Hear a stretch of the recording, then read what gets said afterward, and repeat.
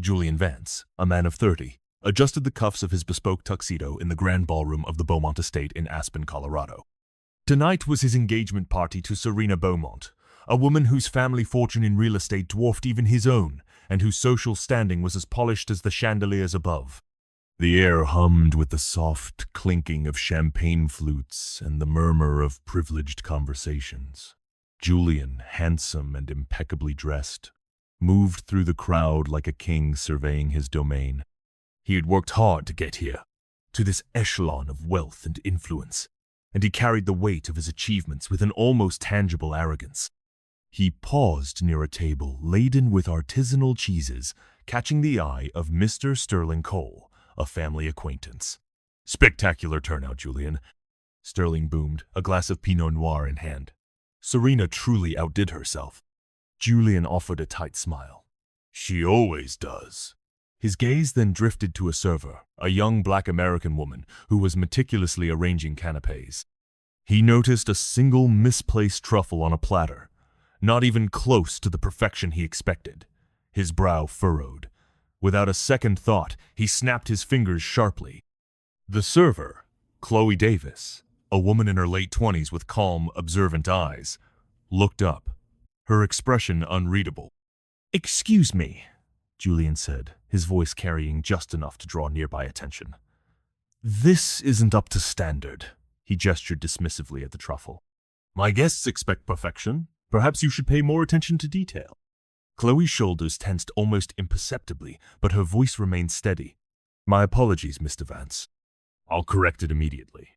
She reached for the platter, but before she could, a small child, unseen by Julian, darted past, accidentally bumping her arm. The platter tilted, and a cascade of tiny, expensive pastries tumbled to the pristine marble floor, some landing dangerously close to Serena's silk gown. A gasp rippled through the nearest guests. Julian's face flushed with anger. "Are you incompetent? Look what you've done!" he seethed, ignoring the terrified child now hiding behind a curtain. "This is unacceptable. Absolutely unacceptable. You're lucky this is just an engagement party and not something truly important." He looked to a passing event manager. "Get her out of here, now." Chloe's eyes met his for a brief moment, holding a depth of hurt and dignity that Julian was too self-absorbed to recognize. She simply nodded to the manager, turned, and quietly left the ballroom, leaving the mess for others to clean. Julian felt a fleeting sense of righteous satisfaction. He had shown them who was in charge. His perfect world remained intact. 2 weeks later, Julian and Serena were enjoying a pre-honeymoon ski trip at a remote, exclusive lodge nestled deep within the Rockies, far from the bustling Aspen town. A sudden, unexpected blizzard, later declared the worst in 50 years, swept through the region, trapping guests and staff. The power flickered and died. Cell service vanished. Panic began to set in. Julian, accustomed to having every need met, found himself increasingly agitated and helpless. He tried to contact his father, Dr. Alistair Vance, a prominent surgeon, but all lines were dead. Serena, usually composed, became increasingly frantic. "Julian, what are we going to do? My family needs to know we're safe. We need to get out of here."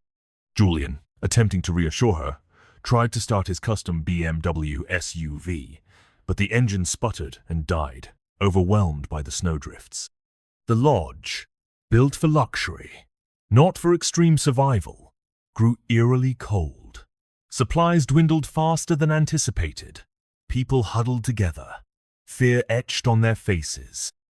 Julian felt a chilling dread he had never known. His wealth, his connections, his influence, they were utterly useless here. One morning, after a terrifying night of creaking timbers and howling winds, Julian ventured out, desperate for any sign of help, only to be swallowed by a sudden, localized whiteout. Disoriented, freezing, and increasingly hypothermic, he stumbled, falling into a snowdrift, his leg twisting beneath him. The pain was excruciating. He tried to move, but his leg wouldn't respond. He was truly alone, utterly vulnerable, and staring death in the face. His mind, surprisingly, flashed to the image of Chloe's steady eyes. He closed his own, ready to succumb.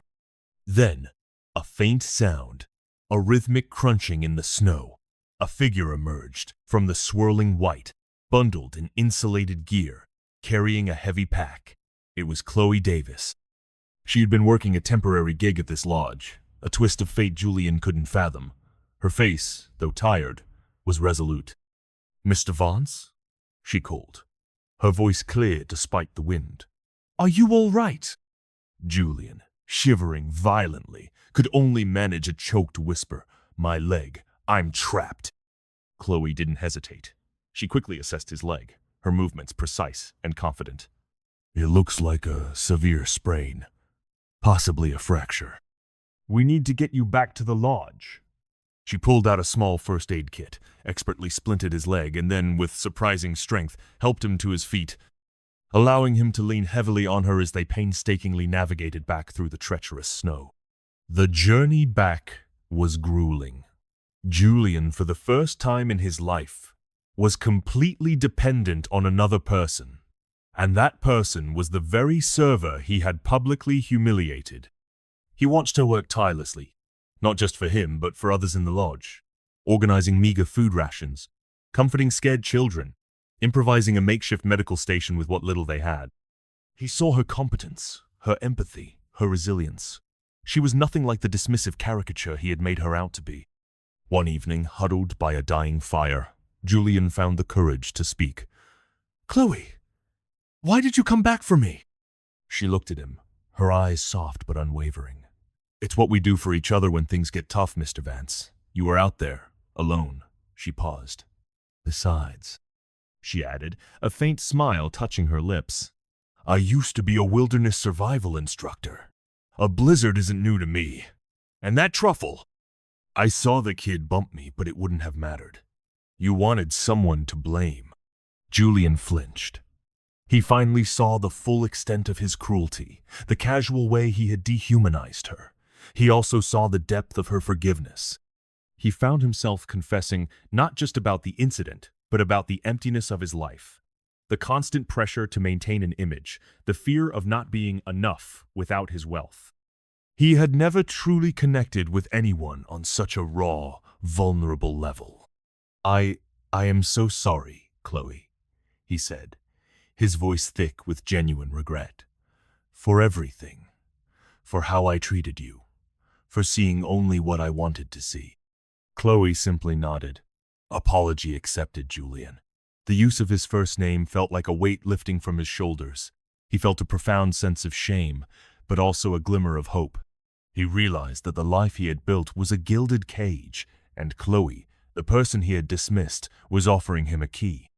Days later, when rescue finally arrived, Julian was a changed man. His leg healed, but his perspective had been irrevocably altered. He returned to Aspen, a different person than the one who had left. He sat down with Serena. "I can't marry you, Serena," he said gently, but firmly. "Not like this. I've been living a lie, pursuing a life that doesn't align with who I want to be." Serena's eyes widened, then narrowed. "What are you talking about, Julian? Is this about that server? Don't tell me a little blizzard made you go soft. My father can make this go away." "We can offer her money, a lot of money, to sign an NDA and disappear." Her cold pragmatism horrified him.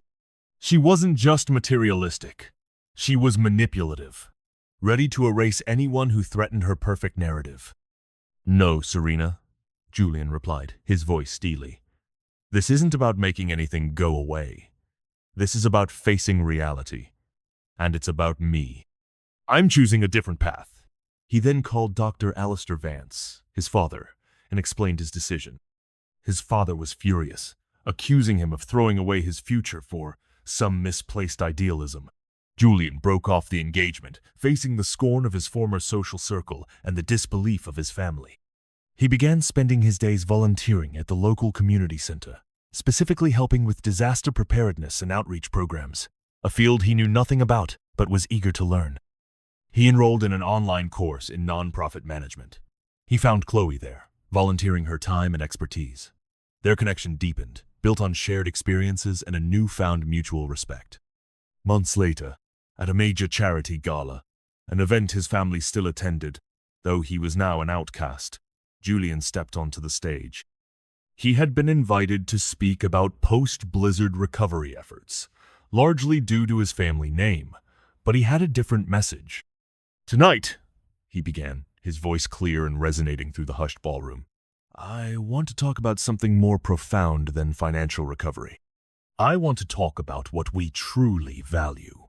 He paused, his gaze sweeping over the familiar faces, including Serena's and his father's, both looking uncomfortable.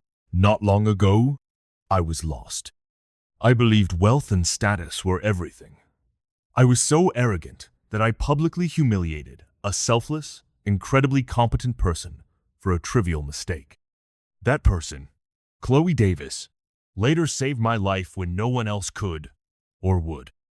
A murmur went through the crowd. Julian continued, his voice gaining strength. "She taught me that true nobility isn't about the name you inherit or the money you accumulate. It's about service. It's about character. It's about connecting with people, truly seeing them, regardless of their position." He looked directly at Chloe, who stood at the back of the room, a soft smile on her face. "And in finding what matters, I found love. Not the kind society dictates, but a love built on shared values, respect, and authenticity."